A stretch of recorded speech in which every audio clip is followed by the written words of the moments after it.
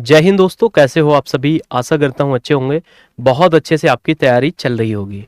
दोस्तों, उत्तर प्रदेश में एक वैकेंसी है, यूपी पुलिस रेडियो विभाग की ये भर्ती है। और कई बार मैंने भी इसके बारे में कई बार वीडियो बनाकर बताया है। और एग्ज़ाम की जो डेट है उसको लेकर भी मैंने कई बार वीडियो बनाई है। तो दोस्तों, बहुत सारे स्टूडेंट के दिमाग में सवाल चल रहा है कि सर आखिर कब होगी ये परीक्षा। सर कुछ पता नहीं लग रहा है। बहुत सारे स्टूडेंट बोल रहे हैं कि 2024 में होगी। सर होगी भी या नहीं भी होगी। तो बहुत सारे दिमाग में आपके में सवाल चल रहे हैं, तो सभी पर हम बात करेंगे दोस्तों।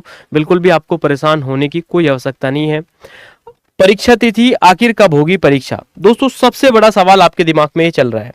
अगर मैं बात करता हूं दोस्तों इसकी परीक्षा तिथि की, तो सबसे पहले एग्जाम डेट से पहले थोड़ा सा मैं आपको बता देता हूं दोस्तों। आप बहुत सारे स्टूडेंट इसको नेगेटिव लेके जाएंगे वीडियो को, बहुत सारे स्टूडेंट जो है वो पॉजिटिव सोचेंगे। तो मैं बड़े ही ध्यान से आपको एक एक पॉइंट समझाने वाला हूं। देखिए, एग्जाम डेट को लेकर हम बात करते हैं दोस्तों। जब इसके एग्जाम फॉर्म आए थे, जब इसके फॉर्म निकाले गए थे, तो फॉर्म जब निकाले गए थे तो उसमें बताया गया था कि जो ये आपकी परीक्षा है ये कैसी होगी, आपकी ऑनलाइन होगी। कैसे होगी? ऑनलाइन होगी। अगर आप बहुत अच्छे से इस भर्ती से कनेक्ट हैं तो आपको पता होगा। तो जब इसके फॉर्म आए थे तो बताया गया था कि इसकी जो परीक्षा है वो कैसे होगी, ऑनलाइन होगी। क्लियर है? यस या नो? फिर उसके बाद आपके फॉर्म भर जाते हैं, उसके बाद टेंडर को लेके नोटिस आता है। फिर एक नोटिस आता है, उस नोटिस में ये बताया जाता है कि मेरे भाई ये जो परीक्षा है ये कैसी होगी, आपकी ऑफलाइन होगी। कैसे होगी? ऑफलाइन होगी। और एग्जाम कराने को लेके नोटिस आते हैं, ठीक है, टेंडर को लेके। ठीक है, पहले परीक्षा ऑनलाइन होनी थी, फिर ऑनलाइन होने के बाद फिर ये परीक्षा ऑफलाइन होनी थी, जो नोटिस आया। उसके बाद फिर एक और नोटिस आता है कि ये जो परीक्षा है ये आपकी हाइब्रिड मोड पर होगी। ये परीक्षा आपकी किस पर होगी? हाइब्रिड मोड पर होगी। क्लियर है? चलिए, तो इसके पीछे कारण क्या है दोस्तों मैं बता देता हूं। आप सभी को पता है, इससे पहले एक वैकेंसी हुई थी यूपीएसआई की, अभी परीक्षा कंप्लीट हुई थी। परीक्षा कंप्लीट होने के बाद में अभी ट्रेनिंग चल रही है, जो भी मतलब इसमें सेलेक्ट हुए स्टूडेंट। तो इसमें बहुत अच्छे खासे स्तर पर क्या है, इसके मुंह धांधलेबाजी देखने के लिए मिली। धरना प्रदर्शन चला पूरे भारत में। ये न्यूज चली कि भाई यूपीएसआई में बहुत अच्छे स्तर पर क्या हुई है, धांधलेबाजी हुई है। क्लियर है? चलिए, तो जब फॉर्म आ चुके थे तो इसको लेकर क्या है कि कंपनियां टेंडर नहीं ले पा रही थी कि कौन सी कंपनी टेंडर लेगी। सब अपना अपना बचाव कर रहे हैं। तो पहले परीक्षा ऑनलाइन होनी थी, फिर सोचा कि भाई परीक्षा ऑनलाइन नहीं ऑफलाइन कराते हैं, जिससे कि जो भर्ती प्रक्रिया में पूरी निष्पक्षता दिखाई जाए, किसी भी प्रकार की कोई समस्या ना हो। तो फिर नोटिस निकाल दिया कि परीक्षा आपकी ऑफलाइन होगी, फिर भी बात नहीं बनी। अब आ गया कि ये जो परीक्षा है ये हाइब्रिड मोड पर होगी। हाइब्रिड मोड मतलब ऑनलाइन व ऑफलाइन दोनों माध्यम से आपकी क्या होगी, परीक्षा होगी। क्लियर है? तो ये तो परीक्षा को लेकर बदलाव किए जा रहे हैं। तो मैं आपको एक बात बता देता हूं कि आप बहुत सारे स्टूडेंट बोलेंगे सर कभी नहीं होगी, ये हो जाएगा वो हो जाएगा। मैं आपको एक ही बात बता सकता हूं, अगर सच्चाई की अगर आप बात जानना चाहते हैं तो किसी को भी नहीं पता है कि ये परीक्षा कब होगी। लेकिन मैं आपको एक बात बता देता हूं कि भाई देखिए, बहुत सारे स्टूडेंट ऐसे हैं जिनके इसमें फॉर्म ही नहीं है। अब भाई जब जिनके इसमें फॉर्म ही नहीं है उन्हें तो कोई मतलब है नहीं इससे। ठीक है, जब आपका इसमें फॉर्म भरा हुआ है तो आप क्या कर सकते हैं, आप अपनी तैयारी को जारी रख सकते हैं। तैयारी को आप अपनी को जारी रख सकते हैं। परीक्षा कब होगी, भर्ती बोर्ड जो है वो परीक्षा कराने की उसने पूरी तैयारी कर ली है। जैसे जब किसी की शादी होती है तो शादी से पहले क्या है कि डेट निश्चित होने से पहले बाकी पूरी तैयारियां कर ली जाती हैं। बस ये है कि डेट वगैरह भी सारी फाइनल है, सब कुछ फाइनल है, बस जहां हमें शादी करानी है जो मंडप है वो नहीं मिल रहा है। तो कहने का मतलब फॉर्म आ चुके हैं, भर्ती बोर्ड ने पूरी तैयारियां कर ली हैं और ये वैकेंसी पद खाली है। बहुत जल्दी इनकी ट्रेनिंग वगैरह करा के इनकी ज्वाइनिंग हो जाएगी। तो बस यही है कि मेरे भाई केवल और केवल क्या है कि अभी जो टेंडर वाली प्रक्रिया है वो कंप्लीट नहीं होगी। अब आप बहुत सारे स्टूडेंट नेगेटिव बोलेंगे, गाली भी देंगे, सर पता नहीं कब होगी, हम तो तैयारी नहीं कर रहे, हम तो थक गए हैं। तो जो थक चुका है भाई वो तैयारी नहीं करेगा तो नुकसान उसी का होगा। और आज के समय में देखिए 2023 ये चल रहा है, तो मैं विश्वास आपको ये दिलाता हूं कि मेरे भाई सरकारी नौकरी पाना क्या है कि भाई ये है कि आपको भाई प्रयास करना पड़ेगा रेगुलर, और आपको धैर्य के साथ काम करना पड़ेगा। ये नहीं कि भाई एग्जाम नहीं हो रहा छोड़ के कुछ और करने लग जाए।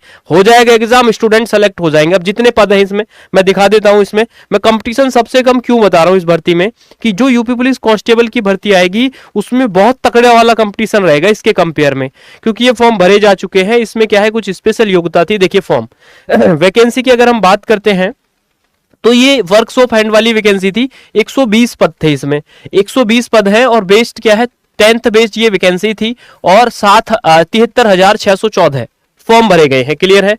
1374 पद है इनके लिए, 3,89,711 फॉर्म भरे गए हैं। ये हेड ऑपरेटर थी, 936 पद के लिए 76,516। देखिए यहां देखिए मेरे भाई ये 120 पद है, यह 936 पद है, और देखिए फॉर्म देख सकते हैं आप। तो इसका मतलब आप अंदाजा लगा सकते हैं कि कंपटीशन का स्तर कम रहने वाला है, और सबसे कम कंपटीशन है इसमें। क्यों है इसमें कम कंपटीशन? मेरे भाई आप कोई भी वैकेंसी उठा लो जो आने वाली वैकेंसी है, चाहे जो यूपीएसआई आएगी वो, चाहे जो 50,000 वाली वैकेंसी आएगी यूपी कांस्टेबल की वो, और उसी के साथ साथ जो दिल्ली पुलिस आ रही है, जितनी भी वैकेंसी आएंगी इससे ज्यादा कंपटीशन उनमें रहने वाला है। क्लियर है? अब आप बोलेंगे सर हम क्यों तैयारी करें, इसकी तो एग्जाम डेट ही नहीं आ रही है। मेरे भाई तैयारी तो वो भी कर रहे हैं जो यूपी पुलिस कांस्टेबल की भर्ती का इंतजार कर रहे हैं, भाई अभी तो उनकी भर्ती भी नहीं आई है। अगर आप ऐसा सोच लेंगे, तैयारी नहीं करेंगे, तो जो ये पद है जो मैं बता रहा हूं, ये 1374 असिस्टेंट ऑपरेटर सेलेक्ट होंगे, ये 120 पद पर 936 हेड ऑपरेटर बनेंगे, तो वो आप में से ही, आपके बीच में से ही जाएंगे, वही स्टूडेंट जाएंगे जिन्होंने फॉर्म भरा है। तो आप तैयारी बिल्कुल मत छोड़िए, तैयारी करते रहिए। हाँ मैं इस बात को मान सकता हूं कि आप रेगुलर पढ़ते पढ़ते परेशान, एग्जाम नहीं हो रहा है और एग्जाम डेट को लेके बार बार नोटिस आ रहे हैं, कोई निश्चित डेट भी नहीं है, लेकिन हम क्या कर सकते हैं भाई? हम यही तो कर सकते हैं ना कि हम अपना रेगुलर अपना लगे रहेंगे, जब भी परीक्षा होगी इतना स्कोर करके आएंगे, आकर फिर हमारी टेंशन ही खत्म हो जाए कि जितनी अब हम मेहनत कर रहे हैं, जितना हम वेट कर रहे हैं, फिर कोई टेंशन नहीं रहेगी। एग्जाम देने के बाद फिर आप सेलेक्ट हो जाएंगे। क्लियर है? जैसे कि एक वैकेंसी हुई थी, मैं बात करता हूं यूपी में ही, jail warder and fireman. Jail warder and fireman की एक वैकेंसी थी जो कि 2016 से चली आ रही थी। 2016 से फॉर्म आते हैं, फिर उसके बाद फॉर्म कैंसिल करके फिर 2018 में 19 में फिर से फॉर्म भरे जाते हैं, और 2021-22 में जाके वो भर्ती कंप्लीट होती है, 16 से 21-22। लेकिन सेलेक्ट तो हो गए ना, सेलेक्ट वही हुई है जो धैर्य के साथ अपना लगे हुए हैं। भाई हम कुछ कर तो सकते नहीं है कि अगर हमारे हाथ में कुछ होता है या फिर आपके कुछ हाथ में, तो हम एग्जाम डेट जल्दी ला सकते हैं। बस हम क्या कर सकते हैं, आपके लिए मैं आपको बता रहा हूं जो सबसे ज्यादा जरूरी है, जो बेहद जरूरी है, आप क्या करेंगे, सिर्फ और सिर्फ आप अपनी तैयारी जारी रखेंगे, रेगुलर मेहनत करते रहेंगे, सिलेक्शन आपका एक दिन अवश्य हो जाएगा अगर आप धैर्य के साथ लगे रहेंगे। और इस समय में सरकारी नौकरी अगर आपको पाना है तो धैर्य के साथ आपको लगना पड़ेगा, भाई मेहनत करनी पड़ेगी। तो ये पद है, इन पे इतने भाई फॉर्म भरे गए हैं, तो देखिए बहुत अच्छा खासा कम कंपटीशन रहेगा। देखिए इन्होंने ये बात भी मैं आपको बता देता हूं, आपको नहीं पता है, लगभग 10,000 बच्चे फिजिकल के लिए पास किए जाएंगे। तो आप अंदाजा लगा लीजिए भाई इतने पद हैं टोटल, इन पदों के लिए टोटल 10,000 लगभग अगर देखा जाए तो 2400 कुछ वैकेंसी हैं, इसके लिए 4 गुना से ज्यादा मेरे भाई क्या है, फिजिकल के लिए पास किए जाएंगे। तो लगभग 10,000 स्टूडेंट, लगभग 10,000 स्टूडेंट क्या है मेरे भाई फिजिकल के लिए पास किए जाएंगे। तो इन 10,000 में तो आपको आना ही आना है, साथ साथ आपको 2400 में भी आना है, और 2400 में आप तभी आएंगे जब आप math, reasoning, Hindi, GK, GS की आप बहुत अच्छे से तैयारी करते रहेंगे। आपके सामने उन्होंने ये तो कर दिया ना, आपको सिलेबस दे दिया है भाई, इस किस्म से क्या है, कितने नंबर का पूछा जाएगा, ये सारा आपको दे दिया है। तो आप उसके लिए भाई रेगुलर प्रैक्टिस करते रहिए। जितनी भर्ती लेट हो रही है उतनी ही अच्छी तैयारी रखिए, और इस चीज को पॉजिटिव लीजिए। अगर आप नेगेटिव लेंगे और परेशान हो जाएंगे, तैयारी नहीं करेंगे, तो वो आप पर फिर दिक्कत है, नुकसान हो जाएगा कि जब एग्जाम डेट आ जाएगी और आप तैयारी नहीं कर पाएंगे। पॉजिटिव लीजिए, कोई नहीं आ रही डेट तो मैं इतनी तैयारी करूंगा, इतनी तैयारी करूंगा कि भाई जितनी लेट एग्जाम डेट आ रही है उतना ही ज्यादा स्कोर करके आऊंगा, और मैं भाई रैंक लेकर आऊंगा इस भर्ती में। तो ये सोचकर आप तैयारी करिए। आपको खुद को सेल्फ मोटिवेट मतलब रहना है, खुद को मोटिवेट करना है कि भाई मुझे नौकरी लेनी है, बहुत अच्छी नौकरी है ये, भाई बहुत अच्छी नौकरी है, क्योंकि भाई ऑफिस का वर्क रहेगा और आप इसमें सिलेक्शन ले सकते हैं। आप बहुत भाग्यशाली हैं कि आपने इसमें फॉर्म भरा है। ठीक है, तो 10,000 बच्चे इसके लिए पास होंगे, बिल्कुल चिंता नहीं करनी है। ये मैंने बता दिया पद।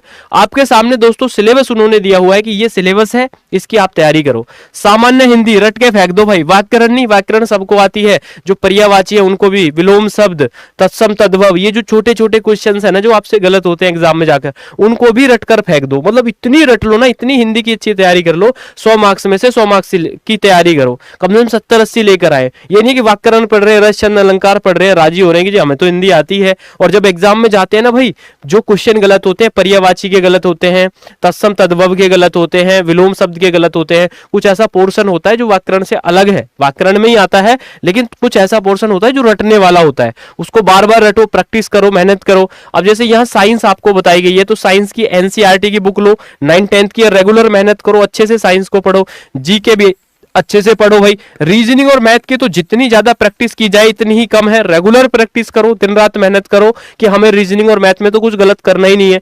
यहां तो आप फुल में से फुल स्कोर भी कर सकते हैं। तो यही आप लोगों के लिए मेरे भाई मेरा सुझाव है भर्ती जो इसका परीक्षा है वो कब होगी, अब मैं आपको कोई भी डेट बता दूं और कई बार बताई भी है भाई, एक अनुमान पर ही सारी चीजें बताई जाती हैं, तो आपको बिल्कुल अफवाहों पर ध्यान नहीं देना है, आपको अपनी मेहनत करनी है। ये सिलेबस आपके सामने है और आपका फॉर्म भरा हुआ है रेडियो ऑपरेटर का, और आपको पता है कि बहुत अच्छी नौकरी है।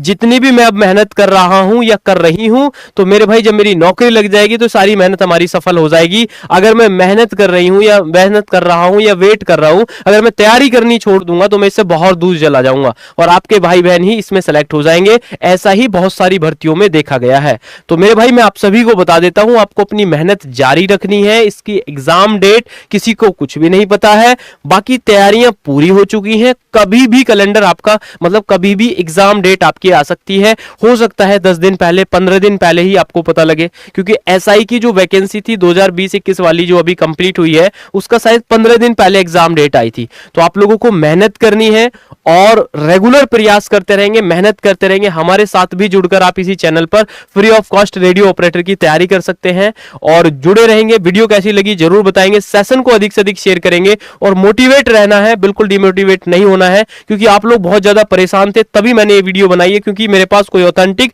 डेट की जानकारी नहीं थी। चलिए दोस्तों, तो मैं मुलाकात करूंगा आपसे नेक्स्ट वीडियो में नेक्स्ट अपडेट के साथ। तब तक के लिए दोस्तों बाय बाय, टेक केयर, अपना ध्यान रखें, अच्छे से पढ़ते रहें। जय हिंद, जय भारत।